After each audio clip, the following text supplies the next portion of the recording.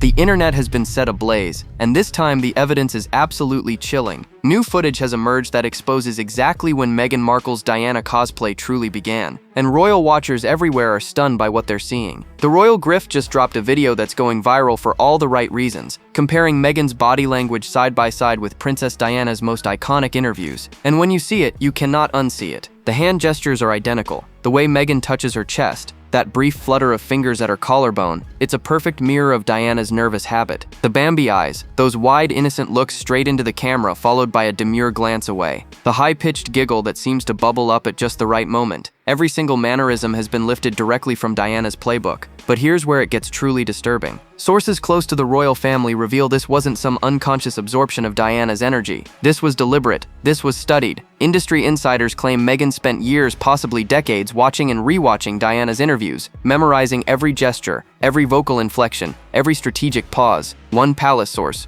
whispered to reporters that the level of accuracy in Meghan's imitation is frankly terrifying. You don't achieve this kind of precision by accident. The Royal Grift's comparison video shows footage from Meghan's suits days, her Deal or No Deal appearances, interviews from her pre-Harry life, and guess what? None of those mannerisms exist. The giggle isn't there. The chest touching is absent. The Bambi eyes haven't been activated yet. Meghan was an entirely different person with completely different body language. But the moment Harry entered her life, something switched. The transformation was instant and complete. Royal experts are now asking the question that Prince Philip allegedly asked years ago. How did nobody else see this coming? The late Duke of Edinburgh reportedly called Meghan the Duchess of Windsor behind closed doors, comparing her to Wallis Simpson, another American divorcee who manipulated a royal prince into abandoning his duties. Philip saw the calculated nature of Meghan's behavior from day one. He recognized the performance. He understood exactly what she was doing. Angela Levin, royal biographer extraordinaire, has been sounding the alarm for years. She describes Meghan's Diana imitation as creepy, as something that goes beyond admiration into the realm of obsession.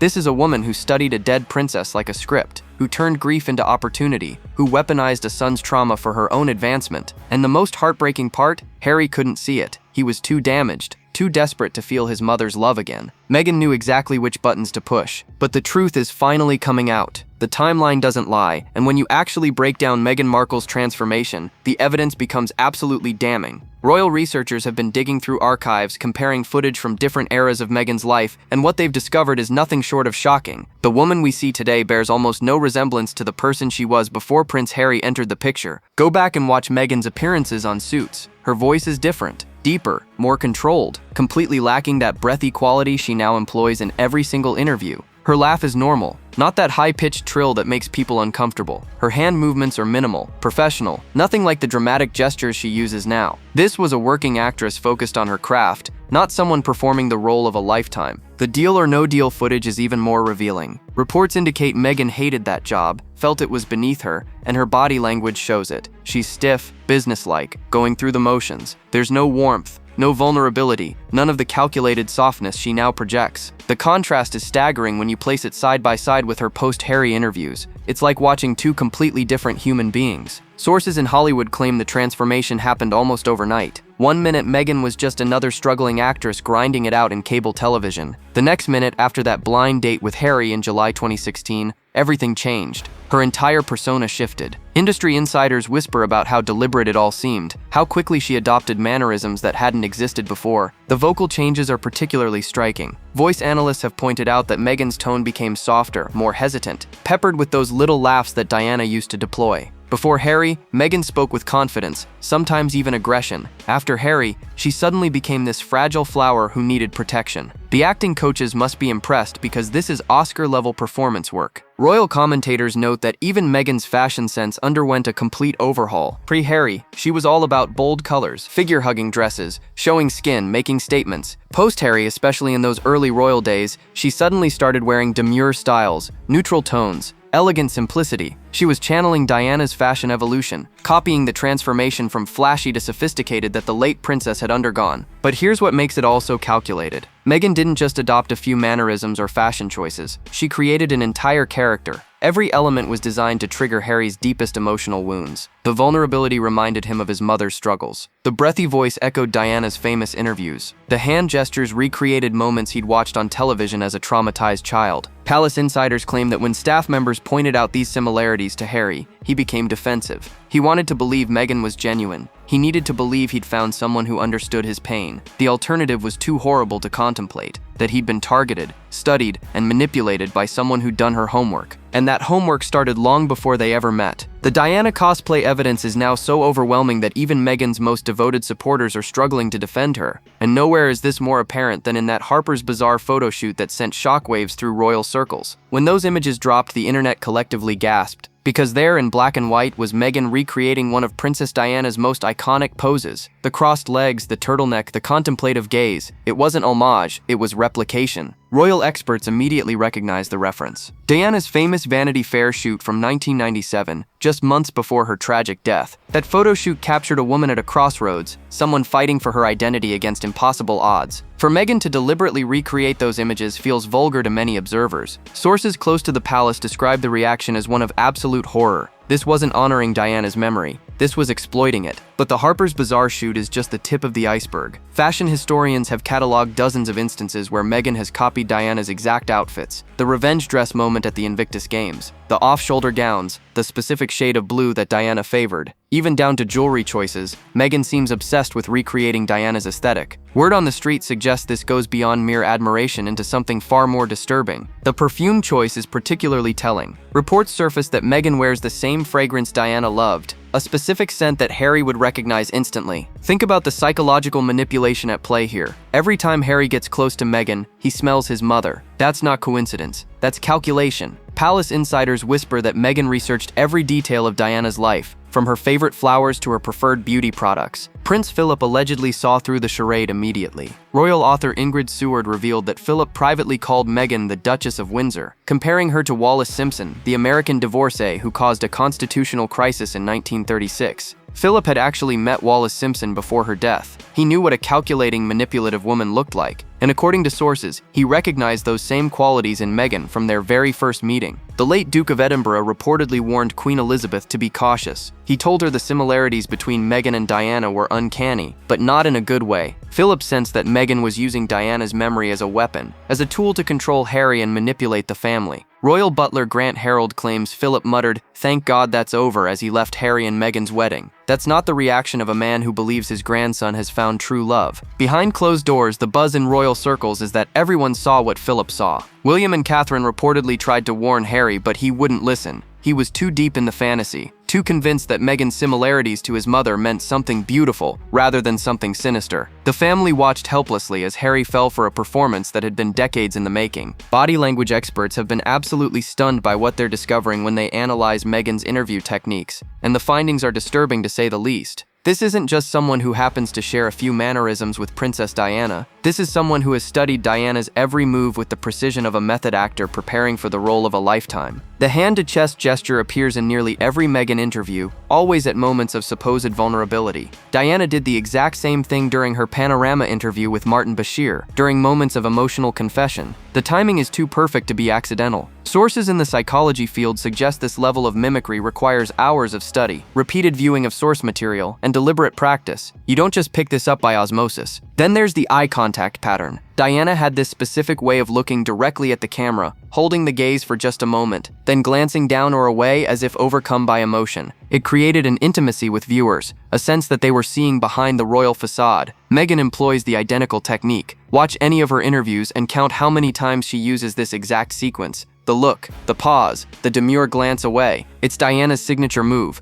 reproduced with surgical precision. Royal commentators note that even Meghan's laugh has changed to match Diana's. That high-pitched giggle, that little burst of nervous energy that suggests innocence and authenticity. Industry insiders claim Meghan's natural laugh is completely different, deeper and more controlled. But around Harry, around cameras, out comes the Diana giggle. Voice coaches suggest that altering your laugh is one of the hardest performance techniques to master. It requires constant vigilance and practice. The head tilt is another damning piece of evidence. Diana would tilt her head slightly when listening, creating an impression of deep empathy and engagement. Meghan does the exact same thing, same angle, same timing. Body language analysts say this isn't coincidence. This is someone who has watched footage frame by frame, studying angles and replicating them. The level of detail is frankly obsessive. Palace sources reveal that staff members noticed these patterns early on. They would whisper among themselves about how Meghan seemed to be performing Diana rather than being herself. But when concerns were raised, they were shut down immediately. Harry became defensive. He accused people of being jealous, of not understanding the connection he and Meghan shared. He couldn't see that the connection was manufactured. Royal experts who've studied both women extensively say the differences are revealing. Diana's mannerisms were natural, unconscious expressions of her genuine emotions. They evolved organically over years. Meghan's mannerisms appeared suddenly and fully formed. There was no gradual development, no natural progression. One day they didn't exist. The next day they were everywhere. That's not how authentic behavior works. According to reports, even Meghan's closest friends from her pre-Harry days have privately expressed shock at her transformation. They don't recognize the woman they see in interviews. The Meghan they knew was confident, sometimes brash, always in control. This vulnerable, delicate creature is a stranger to them.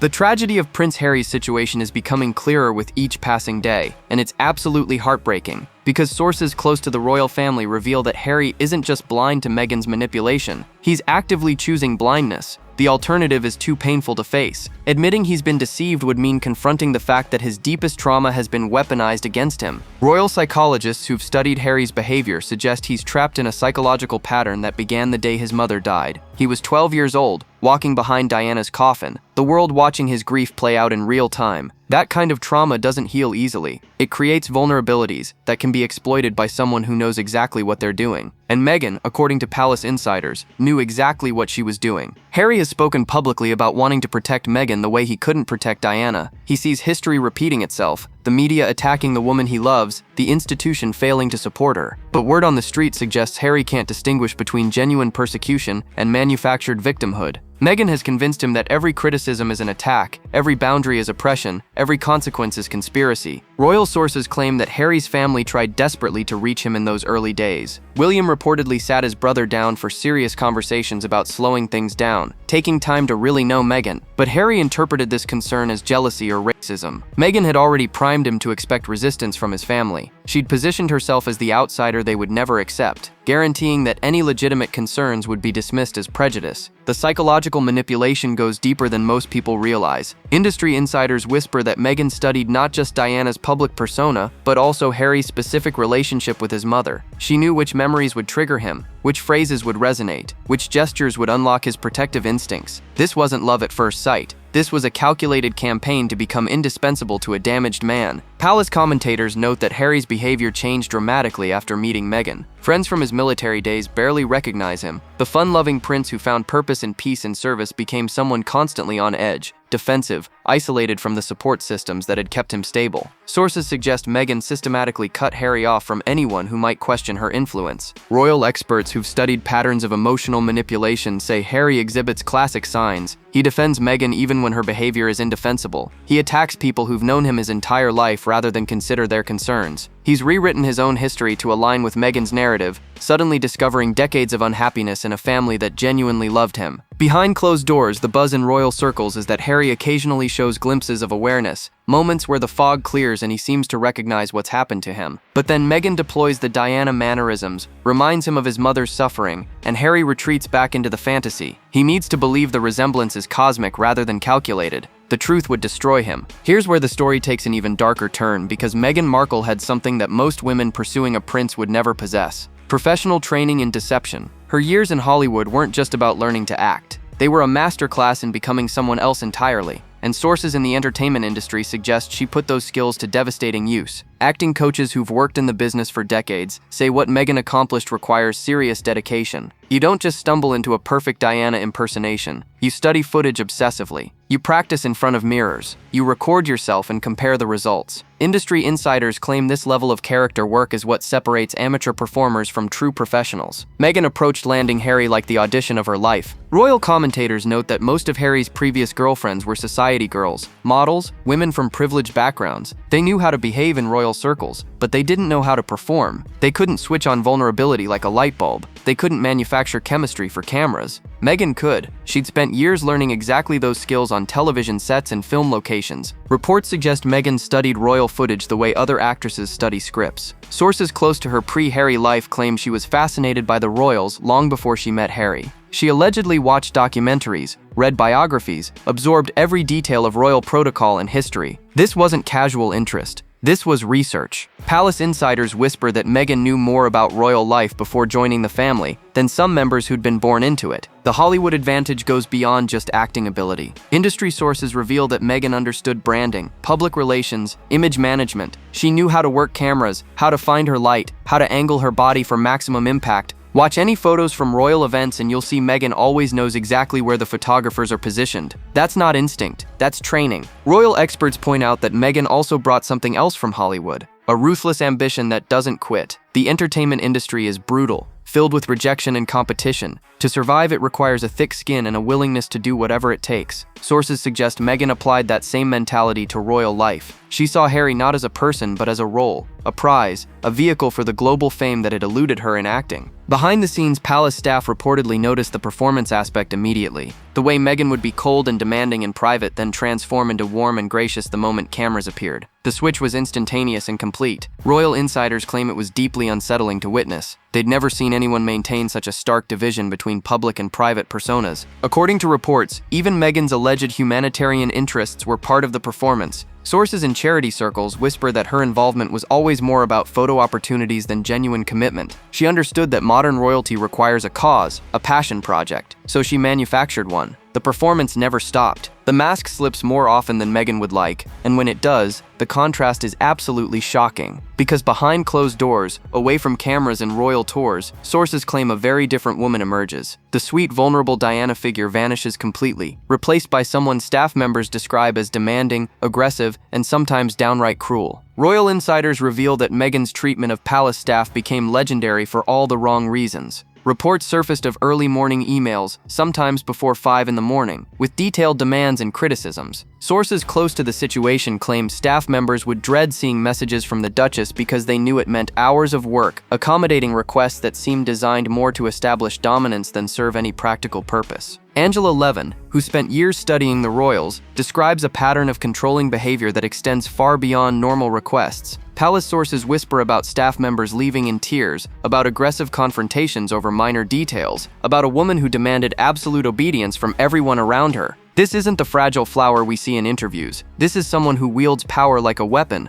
The bullying allegations that emerged weren't just gossip or palace politics. Multiple staff members reportedly filed complaints, something virtually unprecedented in royal history. Industry insiders suggest it takes extraordinary circumstances for palace employees to go on record against a senior royal. These are people trained in discretion, loyal to the institution above all else. For them to speak out means the behavior was truly intolerable. Royal commentators note the stark difference between Meghan's public and private personas. In interviews, she's all hand-clasping and demure glances. In meetings with staff, sources claim she's sharp-tongued and imperious. The Diana mannerisms disappear. The breathy voice hardens. The vulnerability evaporates. What remains is someone palace insiders describe as calculating and ruthless. Behind the scenes, reports indicate that even Harry became subject to Meghan's controlling behavior. Sources close to the couple whisper about her managing his schedule, screening his phone calls, isolating him from longtime friends who might question her influence. Royal experts who've studied patterns of manipulation say this is textbook behavior. Control the environment, control the narrative, control the person. The Netflix documentary provided glimpses of this other Meghan.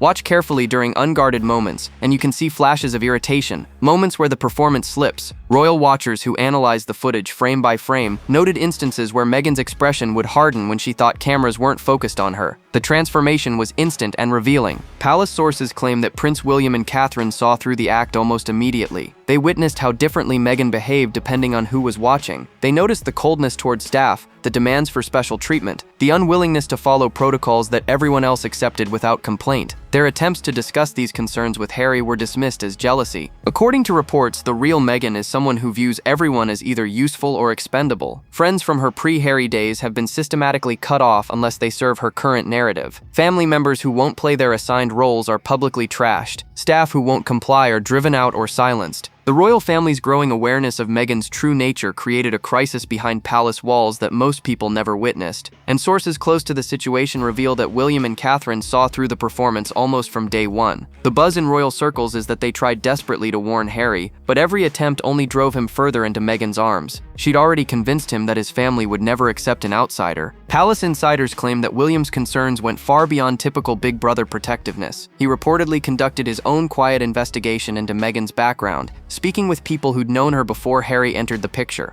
What he discovered allegedly alarmed him enough to arrange that famous meeting where he urged Harry to slow down. But Harry interpreted his brother's caution as betrayal. exactly as Meghan had predicted he would. Royal sources whisper that Catherine tried a different approach. She attempted to befriend Meghan, to welcome her into the family, to offer guidance on navigating royal life, but reports suggest Meghan viewed Catherine as competition rather than an ally. Industry insiders claim Meghan couldn't stand being the second most important woman in the room. She needed to be the star, the focus, the one everyone watched. The tension became impossible to hide during joint appearances. Body language experts analyzed footage of the two couples together and noted the strain. Catherine would maintain professional warmth while Meghan's face would register barely concealed resentment. Palace commentators suggest Meghan realized fairly quickly that she would always be secondary to Catherine in the royal hierarchy, and for someone who'd spent years fighting for attention, that reality was unbearable. Behind the scenes, word on the street suggests the family watched in horror as Meghan recreated Diana moments for Netflix cameras. The crossing of boundaries was unprecedented.